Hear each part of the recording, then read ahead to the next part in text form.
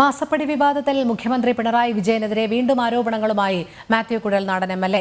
കരിമണൽ കമ്പനിയായ CMRL-ൽ നിന്ന് 100 കോടിയോളം രൂപ മുഖ്യമന്ത്രി വാങ്ങിയെന്നായിരുന്നു മാത്യുവിന്റെ ആരോപണം. CMRL-ന് വേണ്ടി ഭൂപരിഷ്കരണ നിയമത്തിൽ ഭേദഗതി വരുത്താൻ വരെ മുഖ്യമന്ത്രി നേരിട്ടിടപെട്ടെന്നും മാത്യു ആരോപിച്ചു. വിവിധ രാഷ്ട്രീയ കക്ഷികൾക്കായി CMRL നൽകിയ 135 കോടിയുടെ സിംഹഭാവവും ലഭിച്ചത് PV എന്ന പിണറായി വിജയനാണ്. ഇത് 100 കോടിയോളം രൂപ വരും.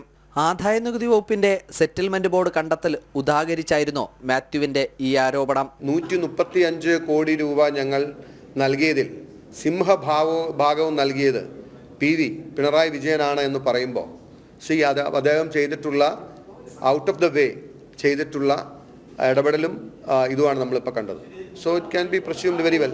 മുഖ്യമന്ത്രി ഈ പണം വാങ്ങിയത് എന്തിനെന്നായിരുന്നു അടുത്തതായി മാത്യുവിന്റെ വിശദീകരണം. CMRL-ന്റെ ഉപകമ്പനിയായ KREML ആലപ്പുഴ തൃക്കുന്നംപുഴയിൽ 20 വർഷമായി 66 ഏക്കർ ഭൂമി കൈവശം വച്ചിരുന്നു. ഭൂപരിഷ്കരണ നിയമപ്രകാരം കൈവശം വയ്ക്കാനുള്ള ഭൂമി 15 ഏക്കറാണ്. ഭൂമിക്ക് ഇളവ് നൽകണമെങ്കിൽ ജില്ലാതല സമിതി പരിശോധിക്കണം. 2021 മുതൽ 3 തവണ കമ്പനിയുടെ അപേക്ഷകൾ ജില്ലാതല സമിതിയും തുടർന്ന് റവന്യൂ വകുപ്പും തള്ളി. പിന്നീടാണ് മുഖ്യമന്ത്രിക്ക് അപേക്ഷ നൽകുന്നത്. ഇതിനായി സ്വന്തം വകുപ്പല്ലാതിരുന്നിട്ടും മുഖ്യമന്ത്രി യോഗം വിളിച്ചു. തുടർന്ന് ഭൂപരിഷ്കരണ നിയമത്തിൽ ഭേദഗതി ചെയ്യാനുള്ള കുറിപ്പ് മന്ത്രിസഭാ യോഗത്തിൽ വെച്ചു. ഇതോടെ ജില്ലാ സമിതിക്ക് മുമ്പാകെ കമ്പനി വീണ്ടും അപേക്ഷ നൽകി.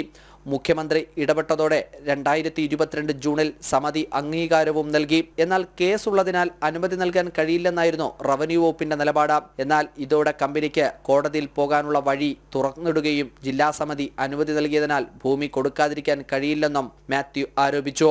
മാസപ്പടി വിവാദത്തിൽ മുഖ്യമന്ത്രിയാണ് യഥാർത്ഥ പ്രതിയെന്നാണ് മാത്യുവിന്റെ പ്രധാന ആരോപണം. ജനം, തിരുവനന്തപുരം.